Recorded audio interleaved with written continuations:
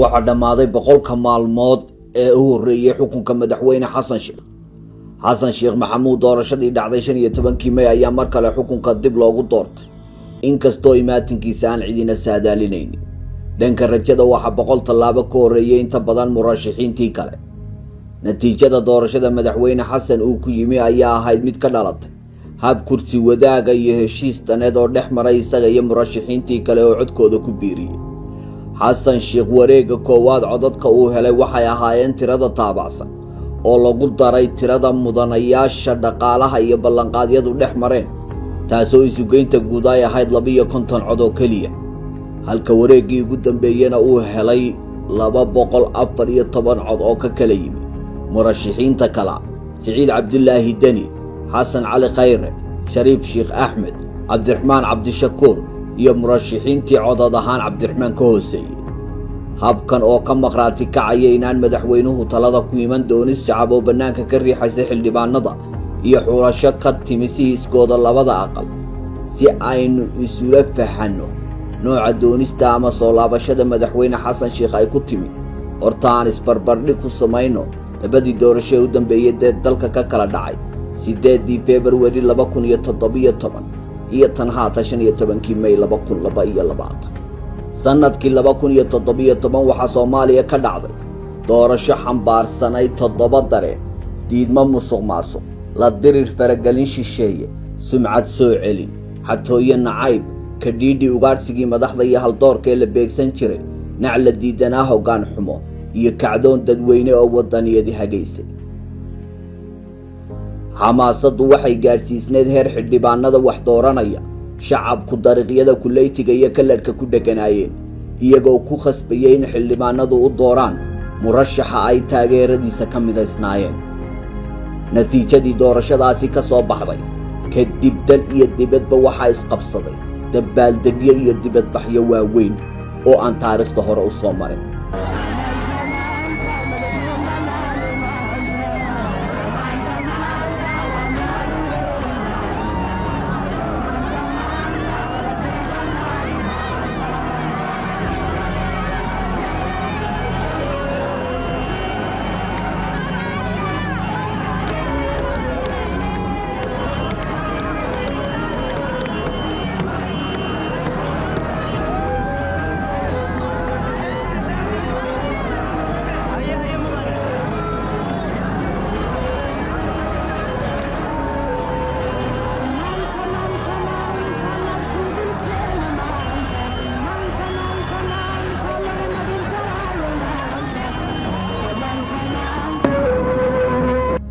doorashada uu ku soo laabtay madaxweynihii lagu riday doorashadii caynkaas ahayd bal iyana aan wax yar dib u jaleecno madaxweyne xasan waxa uu ku soo laabtay doorasho lagu waraabiyay nacyo isa jeejin dadweyne doorasho ololaheeda lagu galay oogid colaade hub urusi arin qabiil ku dhexdir dawladeed ilaa la isla gaaray qiil qalow shirka ay ka tashiga beelweynta hawiye waa mareexaan deegaankan u dhashay waa inay maanta soo baxaan farmaajo madaxweyne ma ahan farmaajo waa mareexaan shacabka ku dhaqan caasimadda Soomaaliya ee Muqdisho ayaa saaka bilaabay in guryahooda isaga hayaamaan kadib markii cabsi xoogan ay soo wajahday isla markaana xaafadahooda ay fariisimo ciidan ay ka sameysteen ciidamada mucaaradka kuwaas oo dagaal xoogan kula jira ciidamada dawladda federaalka ee Soomaaliya maadaama ay diidan yihiin in hay'adaha dawladda federaalka ee Soomaaliya 2 sano ay ku darsadaan dadka ayaa bilaabay inay u jihistaan meelo kamid ah magaalada Muqdisho halka kuwa qaar kalena ay aadayeen dhankaasi degmada Afgooye ee gobolka Shabeellada Hoose si ay uga gabaad galaan dagaalada xilligan u dhaxeeya ciidamada dawladda Soomaaliya iyo kooxaha mucaaradka mid ka mid ah odayaasha dhaqanka beelaha Soomaaliyeed ayaa maanta kulan la qaatay madaxweynihii hore Soomaaliya mudane Xasan Sheekh Maxamuud waxayna kala hadleen xaaladda kala guurka ee dalka iyo waliba dhibaatooyinka soo laabtay ka jira magaalada Muqdisho odayaashan oo ka soo jeeday beelweynta Waceesle ayaa waxay wadeen xoolo nool iyo raashin waxaana ka gudoomay senator Muuse Suudiyalxo oo ka mid ah aqalka sare ee baarlamaanka Soomaaliya garabkiina nimid waana soo daahnay anagala raali aad ku jibraal Waceesla garabkiina roogna saddexdan oo hayo askarta lagu afuri hayo afuris dhala waaye karoon ma gashay hal aw waaye halkaas aw lagu afuriyo haddana waxa lagu jiraa dadaal badan lagu jiraa reediina nagadaya intaad ku jirtaa inaad isaga tagtid waddankan oo ku noqotid magaalada Buffalo 19 Worcester Road adreeska degareed waaye ama gada isaga laabo inaadan mar dambe aad guryaheena weerarna ka shaqay intaas ku saabsan yahay insha Allah salaanteena aan ku soo salaanay Sheekh Xasan Sheekh Maxamuud Muuse Suudiyeelo anagoo beesh beel waxa isla iyo Sheekh Shariif kulli salaanta naga gaarsiyo waxaan tagnaa garab xoolahan keenteen waa xoolo afura sida sheegteen waxaana wax waa la kala leeyahay waxaana iskare nimanka uu soo gurmaday ummadooda iyo dalkooda habeenkii lagu kala baxay oo ahayd 15 May iyana sidee looga dareemay arla weydansanay jawiguna wuxuu ahaa mid aan la dareemin waxa ugu weyn ee la dareemayna waxay ahayd in carintii colaadeed iyo qabiil hurintii oo ahaa waran dadweynaha wadnaha kaga taagan uu ka go'ay sidaas oo ay ahayd haddana soo laabashada madaxweyne xasan sheekh dadweyne kama ay marnay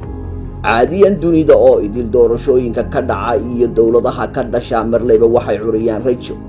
ayay tan madaxweyne xasan sheekh inaanay rajo abuurin ama aan looba sacabtu waxa loo aanaynayaa raadadkii uu kaga tagay xukunka kolkii hore dadka siyaasadda falanqeeya qaarkood ayaa qabay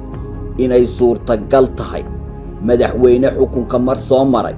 oo talada ku soo fashilmay 5 sanadood mucaarad ahaa iyo murashax mar kale talada ku guuleystay inuu haysto fursad iyo khibrad wada jir oo sababi karta kalkan inuu geediga qaran u hogaansho ka duwan galangashi uu kaga tagay ee gadaashiis laga rabay taasoo loo aanaynayo khibradda iyo muddada uu hore xukunka u soo hayay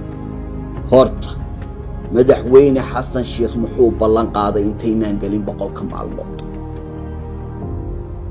boqolka maalmood ugu horeyso dalka waxaan rabnaa inaan ka dhaqan gelino waxa aan damacsanahay ee security-ga iyo political stability-ga iyo economic recovery-ga legal framework-goodii horta ugu weyn inaan salka u dhigno boqolka maalmood ugu horeyso dhowr sharci oo dalkan muhiim u ah ayaan baas gareyn doonaa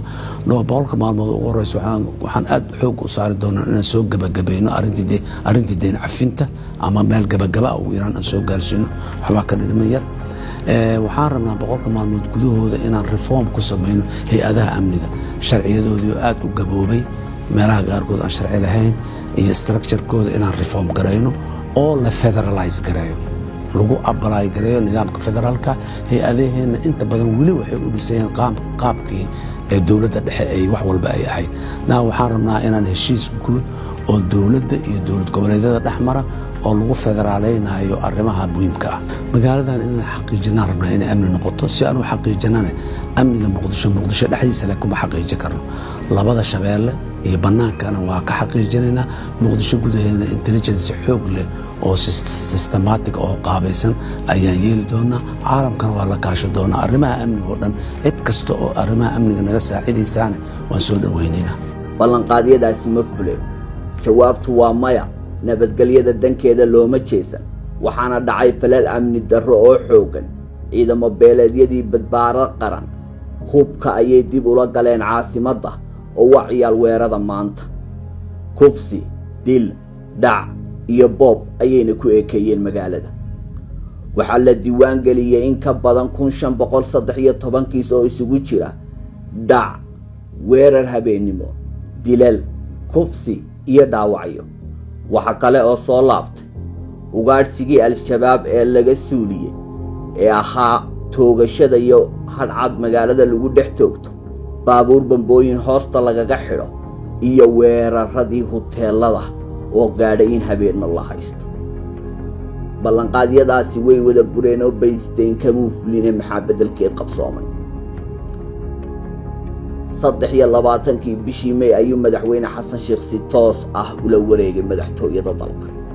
si qoto dheer waxaynu u dul istaagaynaa warbixinteennana ugu eegaynaa boqolka maalmood iyo tallaabooyinka madaxweynuhu qaaday aan ku bilaabay kow hirdankii doorashada iyo sababihii wadamo badani gadaal uga riixayeen in nidaamkii hore meesha ka baxo waxaa qayb ka ahaa sida la yaqiinsan yahay mustaqbalka iyo sii joogitaanka maraakiibta shisheeye ee biyaha badda Soomaaliya madaxweynuhu kulankiisii uu horreeyey kolkuu xafiiska tegay wuxuu la qaatay haweeneyda midowda Yurub u joogta Soomaaliya wuxuuna oggolaaday joojinta qorshihii qaran ee Soomaaliya maadaama mashruucii burcadbadeedu dhammaaday ay ku baadigoobaysay sidii maraakiibta shisheeye uga bixi lahaayeen badda Soomaaliya oo 10kii sano ee u dambeeyay balaayiintan oo kalluuna laga xaday. 2 tallaabada midii xigtay madaxweyne xasan sheekh wuxuu ooda ka qaaday siideynta lacagtii sharci darrada ahayd ee dowladda Imaaraadka muddada 3 sano ah Soomaaliya ka haysay taasoo dowladda Imaaraadku ka muquuratay inay raaligelin ka bixiso sharci darrada ay dalka Soomaaliya ku soo gelisay lacagtaas.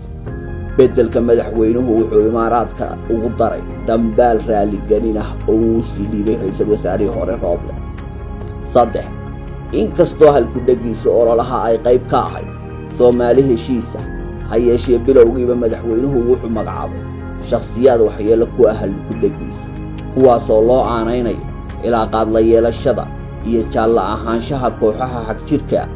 wuxuu keenay oo xilalka sare ku tahay kuwii laga mudnaa oo ay ku jiraan kuwii uu diran jiray xilligii mucaaradka shaqada ka liidato ilaa kicin gabiil iyo qeylqalow. 4 magacaabistii ra'iisul wasaaraha shakhsiyan hogaaminta madaxweynaha oo kalkiisii hore talada uu soo maray ahayd mid dakhra badan la daandaantay arami musuqmaasuq la iilgashay diidmo shacbi ah kana yeeshay madaxweynaha shakhsi miisaan ahaan iyo sumcad ahaanba ka cagacad ama ka aradan ahaanshaha xul ummadeed waxa la filayay inuu keeni doono ra'iisul wasaare kabi kara kaalmaha ku bannaan dhalin kara jawi meesha ka saara kalsooni darrada baaxadda leh madaxweynaha iyo shacabkiisa u dhaxaysa balse taasi beddelkeeda wuxuu ka doortay saaxiib u muuqda in xulashadiisu ku timi dhaganugeyl iyo haye iidhe oo keliya mudnaanta loo eegay maqal raaricin aan maya lahayn. 5 shaqadii kuwaasi xigtay waxay ahayd safarro sannadihii u dambeeyay Soomaaliya fagaarayaasha caalamka iyo gobolka ay dhacdaba waxay soo yeelanaysay yididiilo sumcadeed iyo tixgelin koraysa oo dhanka caalamka ah taasoo ay kaga soo bogsanaysay Soomaaliya faragelintii dariskeeda iyo shisheeyaha shishaba waxa dadweynuhu si weyn dhexdooda u raaligelisay inay meesha ka baxday magac iyo shakhsiyaad ajaanib ah oo lagu majeerin jiray inay Soomaaliya la leeyihiin go'aanadeeda ama u meerin jireen doonistooda. waxa waqtigaasi suuray dhaqankii ahaa Soomaaliya ee madaxweynayaal Isbaaliya ah oo addis u siman tahay safarada madaxda qaranku baxaana waxay ahaayeen kuwa qorshaysan. safarada madaxweynuhu baxay ku dhawaad 10 safar oo uu ku kala tagay dalal kala duwan weey xilli aan xukuumad la soo dhigin ayuu safarada baxay muddo ka yar 100 maalmood waxay ka badan yihiin safarada uu baxay dhowr sano safarada uu galay ra'iisul wasaaraha Itoobiya sidoo kale madaxweynaha Mareykanka iyo ra'iisul wasaaraha Ingiriiska oo la isku daray safarada uu galay madaxweynuhu way ka badan yihiin muddo 7 beri oo kaliya. waxa ku baxay safaradaasi madaxweynuhu galay 1,500,000 oo dollarka Mareykanka sida aanu ka soo xiganay hay-adaha maaliyadda Soomaaliya. ma jirto wax dan oo Soomaaliya ka soo galay safaradaasi waxaase jirta in safaradu dib u soo nooleeyeen dhowr arrimood oo dadweynuhu filayeen madaxweynuhu ka soo waayay. arrimahaasi waxa ka mid ah dan la'aan u socoshada ka ganacsiga siyaasadda isduleynta ku milanka muranada caalamiga ah kay baayac mushtaraynta masabka ummadda iyo masiirkooda. dhacdooyin dhowr ah oo safarada laga diiwaangeliyay ayaa jira kuwaasoo ay ka mid ahayd qaabilaad li'idii Imaaraadka madaxweynuhu 5 maalmood ayay ku qaadatay in la qaabilo wuxuuna soo laabtay isaga iyo xubno ka mid ah wafdigiisa oo dhaawacyo qaba lamana sheegin waxa helay ama dhaawacyadaasi soo gaarsiiyay. Turkiga ayuu tegay 4 maalin ayay ku qaadatay in la qaabilo. Masar buu tegay wuxuuna Soomaaliya ku dhex tuuray xiisadaha kululay webiga Niil. Kenya ayuu tegay wuxuuna soo laabtay isagoo qoyskiisa qaraabadiisa iyo saaxiibada qabiilka la ahiba ay yihiin ganacsadayaal jaadley ah. Uganda ayuu tegay wuxuu qarankiisa iyo qudhiisa nafeedba u soo hooyay ceeb iyo bahdil. wuxuu tegay Tansaaniya wuxuu dib u soo furay hotel laga xidhay 2017 wuxuu tegay Jabuuti waxaa loo xidhay bilada u gaarka ah Jabuutiyaanka dalkooda guulaha u keena waqti baa lumay wax si qaranku kama dheefin dowladda madaxda Soomaaliya waxa haysta dhibaato fara badan oo xoogan oo burbur dalka gudihiisa ka socda dib u heshiisiin la'aan iyo dalka badankiisa aan maamulin dhibaatada culus oo jirta waxa muhiim mar walba qofka madaxda Soomaaliya inuu awood saaro maamulka dalkiisa iyo hubinta in dalkiisu shaqeeyo laakiin wax fara badan oo ka yaala dalka dibadiisa iyo safarada ma jirto dalkuna waa dal faqiir waxba haysan lacagta fara badan ee ku baxaysa safarka dibadda loogu baxayo hadba dal la tigaya hadii la gelin lahaa dib u heshiisiinta ama caafimaadka waxbarashada ama abaaraha wax weyn bay ay tar lahayd marka madaxweynaha dalkiisu faqiir yahay sida Soomaaliya inuu ka safar bato madaxweynayaasha iyo ra'iisul wasaarayaasha dalka hodanka macquul maaha waxa korka la haboon muhiim ah in madaxweynaha Soomaaliya awood siiyo wasaaradda arrimaha dibadda wixii arrimaha dibadda la xiriiray uu daayo halkaas isaguna uu dalka gudihiisa awood saaro safarada dibaddana iska yareeyo qarash fara badan iyo faragelin kaga imanaysa dalalka uu la shirayo danahooda kala hadlayo mooyee wax weyn Soomaaliya u taraysana ma jirto 600 maalmood waxay daaha ka rogeen inaan madaxweyne xasan habeen mooyee halkale u kordhin oo ay isku mid yihiin madaxweyne xasankii 2016 iyo madaxweyne xasanka maanta 5 sanadood oo tagay sawiradii isduleynta iyo shisheeye hoorsiga oo Soomaaliya ka suulay ayaa degdeg dib boorka looga jafay isqiimo tirida ayaa dhaqso u bulaash wixii sarreyn jiray ayaa hoos u soo noqday wixii hooseyn jiray ee la duugay oo madax hoos u dhigida iyo rukuucdu iyo qabla'aantu kamid ahaayeen ayaa dib boorka looga tumay oo sarreysiin helay 7 iyo dhowr maalmood oo cidlo kulmay kadib waxa lagu dhawaaqay xukuumadda si guud shacabka Soomaaliyeed uga warqabaane aan laba qodob ku soo koobo madaxweynaha waxaa loo tirin jiray kolkii hore madaxweyne ku suntan xigtaysiga qabiilaysiga injeclaysiga kala qoqob qaran sadbursi iyo kala sarraysiin maxaa taa iska bedelay aan eegno xilalka madaxweynuhu qalinkiisa ku qoray iyo cadadka mansabyada xukuumadda uu ka siiyay haybtiisa xukuumadda iyo qalinkiisa madaxweynuhu wuxuu qaatay qayb libax oon hortii madaxweyne Soomaaliyeed taariikhda isku darsan isaga iyo beeshiisu intaa xilal leh xukuumadda badhkii soo haray 3 buu ka kala dhigay madaxweynuhu qayb loogu tala galay in lagu la diriro maamul goboleedada kala ah Puntland Galmudug Jubbaland iyo Koonfur Galbeed qayb saaxiibadiis qaateen iyo qayb madaxweynuhu si dadban u qaatay oo aan dhinacnaba ahayn waxa soo raaca dhowr xil oo la siiyay kooxaha jirka ah ee kala ah al-shabaab iyo TPLF